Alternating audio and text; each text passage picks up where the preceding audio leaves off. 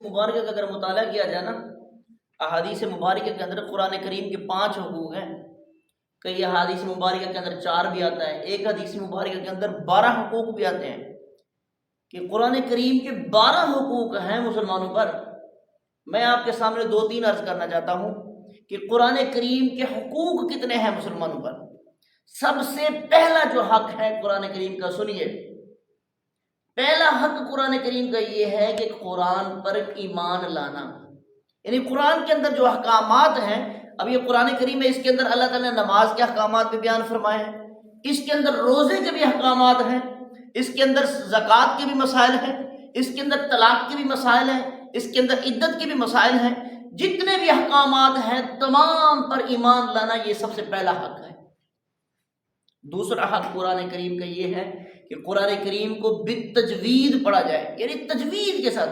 لفظ تجوید کا معنی ہے عمدہ کرنا، سنوارنا، خوبصورت بنانا۔ خوبصورتی کے ساتھ قرآن کریم کو پڑھا جائے، قرآن کریم کو خوبصورت کر کے پڑھا جائے، اچھی آواز کے ساتھ، اچھے انداز کے ساتھ، اچھے لب و لہجے کے ساتھ پڑھا جائے۔ احادیث مبارکہ کے اندر اس کے بھی فضائل آئے ہیں۔ تیسرا یہ ہے کہ فہم قرآن، یعنی قرآن کریم کو سمجھ کر پڑھا جائے، قرآن کریم کو سمجھ کر پڑھا جائے کہ قرآن ہم سے کیا مخاطب کر، قرآن ہمیں کیا کہہ رہا ہے۔ قرآن کہہ رہا ہے یا ایھا الذین آمنوا استعینوا بالصبر والصلاۃ ان اللہ مع الصابرین۔ جب ہم قرآن کو سمجھ کر پڑھیں گے، سمجھیں گے قرآن کو، قرآن کی زبان سمجھیں گے۔ قرآن کہتے ہیں یا ایھا الذین آمنوا اتقوا اللہ وکونوا مع الصادقین، یا ایھا الذین آمنوا اتقوا اللہ حق تقاتہ ولا تموتن الا وانتم مسلمون۔ پھر ہمیں پتہ چلے گا کہ ہمارا قرآن ہمیں کیا کہہ رہا ہے، قرآن ہمارے لیے کیا پیغام لایا ہے۔ میں آپ سے ایک بات عرض کرنا چاہتا ہوں، مجھے آپ ایمانداری سے بتائیے گا کہ کسی امبیسی سے آپ کو کوئی لیٹر آ جائے، مثال لے لیں آپ، چائنیز زبان میں آپ کو کوئی لیٹر آ جائے، چائنا کی زبان میں، کیا اس لیٹر کو یوں چوم کر آپ رکھ لیں اتنا کافی ہے؟ آپ میں سے کوئی ایسا کرے گا؟ یقیناً نہیں کرے گا۔ جب تک آپ اس لیٹر کو سمجھیں گے نہیں، کسی سے پڑھوائیں گے نہیں، آپ لیٹر لے کے پھرتے رہیں گے۔ بھئی کون ہے جو چائنا کی زبان سمجھتا ہے، چائنیز زبان کون سمجھتا ہے؟ جا کے میں اس سے پوچھوں بھئی یہ میرے نام کا جو لیٹر آیا ہے اس میں مجھے انہوں نے کیا لکھ کر بھیجا ہے؟ جب تک آپ اس کے مندرجہ ذیل مدرجات کو پڑھ نہیں لیں گے، سمجھ نہیں لیں گے نا، تب تک آپ کو چین نہیں آئے گا۔ میں نے کہا یہ قرآن کریم رب تعالیٰ نے عربی زبان میں نازل فرمایا ہے، یہ قرآن عربی زبان میں اللہ تعالیٰ نے نازل فرمایا ہے۔ اس قرآن کو سمجھنے کے لیے اہل قرآن کے پاس جانا پڑے گا، اس قرآن کو سمجھنے کے لیے اہل قرآن کے پاس جانا پڑے گا، جو قرآن کا علم سمجھتے ہیں، یہ قرآن کا جو علم سمجھتے ہیں ان کے پاس جانا پڑے گا، جا کر ان کے پاس بیٹھ کر قرآن کو سیکھنا پڑے گا۔ ہمارا المیہ یہ ہے کہ ہم نے قرآن کو سیکھا نہیں ہے، ہم نے قرآن کو چھوڑ دیا ہے۔ اور میں کل بھی ایک جگہ پہ کہا تھا کہ جب سے ہم نے قرآن سے ناطہ توڑا ہے، تب سے اللہ تعالیٰ کی ناراضگی کے فیصلے آ رہے ہیں۔ قرآن کہتا ہے من اعرض عن ذکری فإن له معیشۃ ضنکا۔ آپ دیکھ لیجئے اجتماعی طور پر، انفرادی طور پر، ہر جگہ پہ دیکھ لیجئے، اجتماعی طور پر معیشت کو دیکھ لیں، انفرادی طور پر معیشت کو دیکھ لیں، ہر جگہ انفرادی طور پہ معیشت کا رونا رویا جا رہا ہے۔ یہ کاروبار، یہ بزنس، یہ ٹھپ ہو چکے ہیں، مہنگائی اپنے آسمان کی بلندیوں کو چھو رہی ہے۔ یہ سب کچھ کیا ہے؟ یہ سب کچھ کیا ہے؟ موسیٰ علیہ السلام کے دور میں وہ بڑا مشہور و معروف واقعہ ہے، موسیٰ علیہ السلام کے دور میں قحط پڑ گیا نا، لوگوں نے کہا یا موسیٰ، یہ موسیٰ کلیم جو رب تعالیٰ سے کلام کرنے والے پیغمبر ہیں، اللہ تعالیٰ نے ان پر تورات بھی نازل فرمائی ہے۔ موسیٰ کلیم کے پاس حاضر خدمت ہوئے، جناب بارش نہیں ہو رہی، قحط پڑ گیا ہے، فصلیں ختم ہو چکی ہیں، کھانے پینے کو ترس رہے ہیں، لوگ بھوک سے مر رہے ہیں۔ اور آج کل بھی دیکھ لیجئے کہ لوگ بھوک سے مر رہے ہیں، مہنگائی اس قدر آسمانوں کی بلندیوں کو چھو رہی ہے، اور آٹا نہیں مل رہا، آٹے کا نام و نشان نہیں مل رہا، لینوں میں لوگ لگے ہوئے ہیں، 8-8 ہزار سے آٹا نہیں مل رہا، خودکشیاں کرنے پر لوگ مجبور ہیں، قحط سالی ہو گئی ہے۔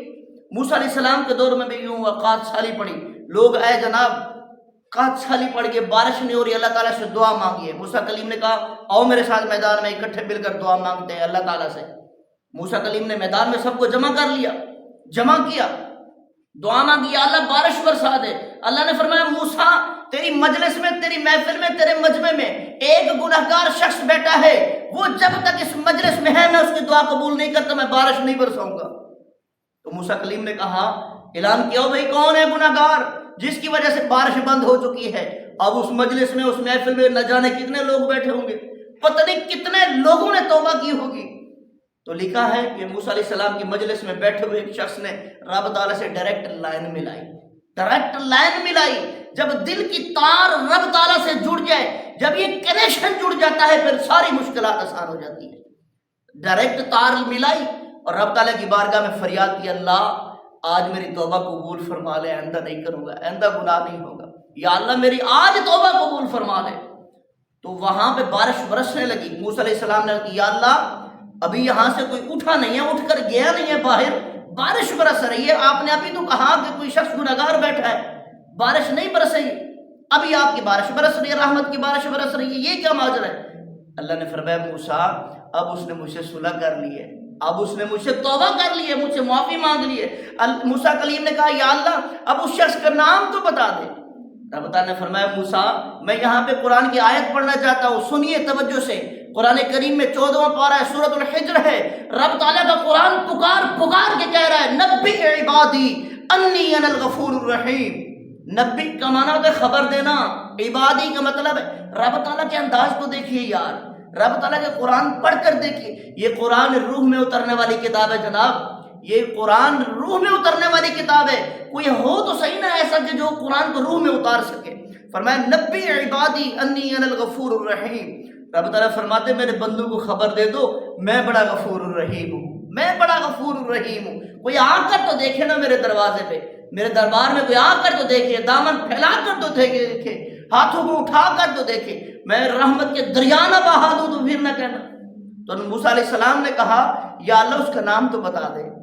رب تعالیٰ نے فرمایا، موسیٰ جب اس سے میری ناراضگی چل رہی تھی، جب میں اس سے ناراض تھا، تب بھی میں نے تجھے اس کا نام نہیں بتایا، اب تو میری اس کے ساتھ صلح ہو گئی ہے، اب تو میری اس کے ساتھ صلح ہو گیا، اب میں تمہیں نام کیسے بتا دوں؟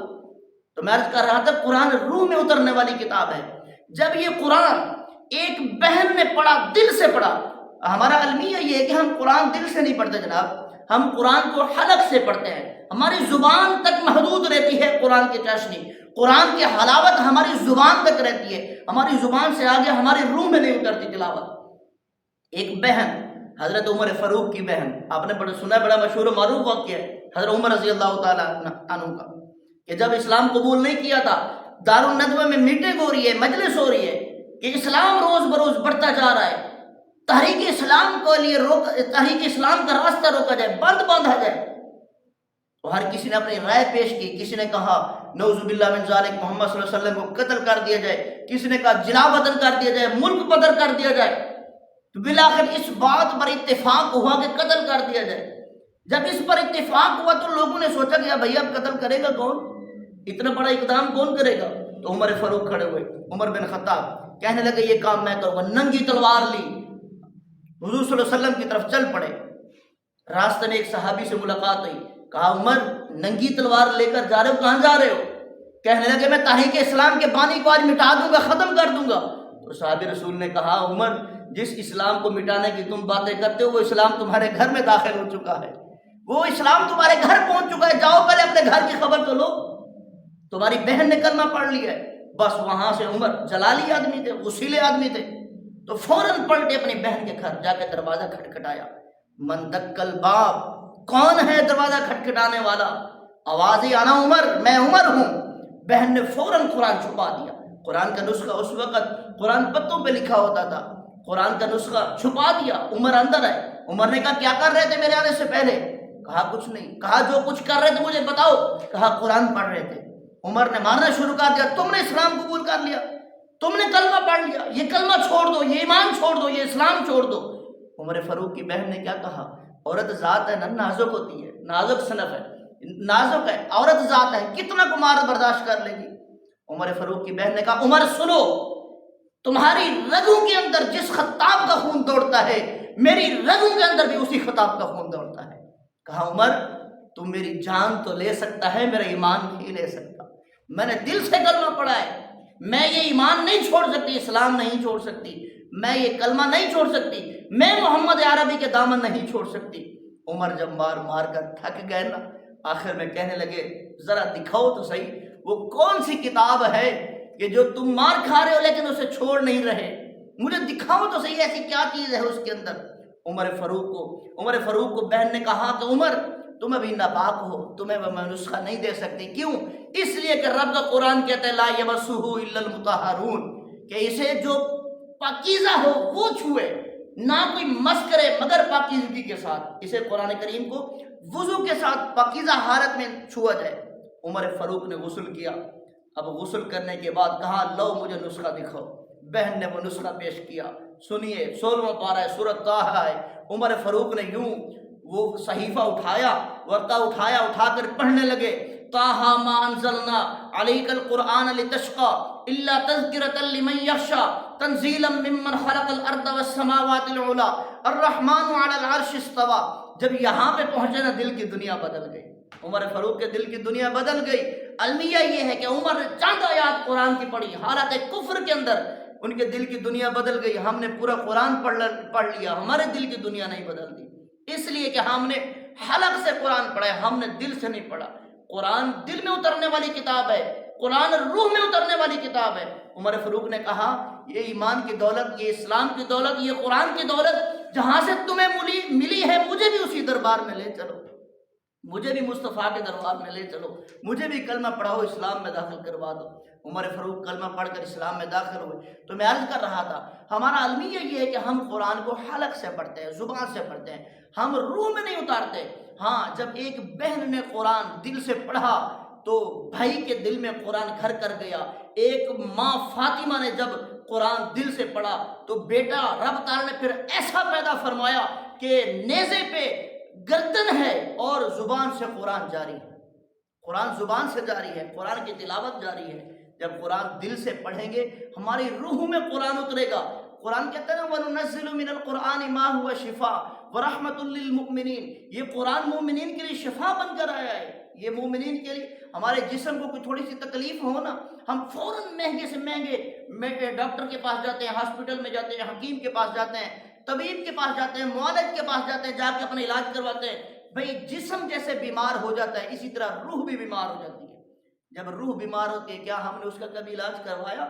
روح کا علاج کیا ہے؟ روح کا علاج یہ قرآن کریم ہے، یہ روح کا علاج قرآن کریم ہے. میں اکثر کہا کرتا ہوں میں یہ موبائل فون ہے نا، یہ موبائل فون یہ کس لیے ہے؟ یہ کال کروانے کے لیے، یہ میسج دینے کے لیے اور میسج بھیجنے کے لیے اور میسج ریسیو کرنے کے لیے. لیکن اس کے اندر یہ دیکھیے یہ ایک چھوٹی سی ٹارچ لائٹ ہے، یہ کس لیے؟ یہ ایک اضافی ہے. اسی طرح یہ قرآن کریم جو ہے نا یہ رب تعالیٰ نے لوگوں کی ہدایت کے لیے نازل کیا ہے. ہم نے اسے صرف مردوں پر پڑھنے کے لیے رکھا ہوا ہے، فاتح خانی کے لیے رکھا ہوا ہے کہ جب کوئی فوت ہونے لگے گا بلا لو جی چند بندے، بلا لو جی یاسین شریف پڑھو، بابا جی کی روح آخری وقت آ چکا ہے. میں اس چیز کا انکار نہیں کر رہا، لیکن قرآن کریم پوچھئے تو صحیح نا قرآن سے قرآن آیا کیوں ہے؟ قرآن کہتا ہے ہدی للناس ہدی للعالمین، میں تو لوگوں کے لیے ہدایت لے کر آیا ہوں. اب وہ جس کے جی میں آئے کہ وہ ہدایت پائے، کوئی ہدایت لینے والا ہو نا قرآن سے. قرآن ہدایت کا راستہ بن کر آیا ہے، قرآن ہدایت کا ذریعہ بن کر آیا ہے.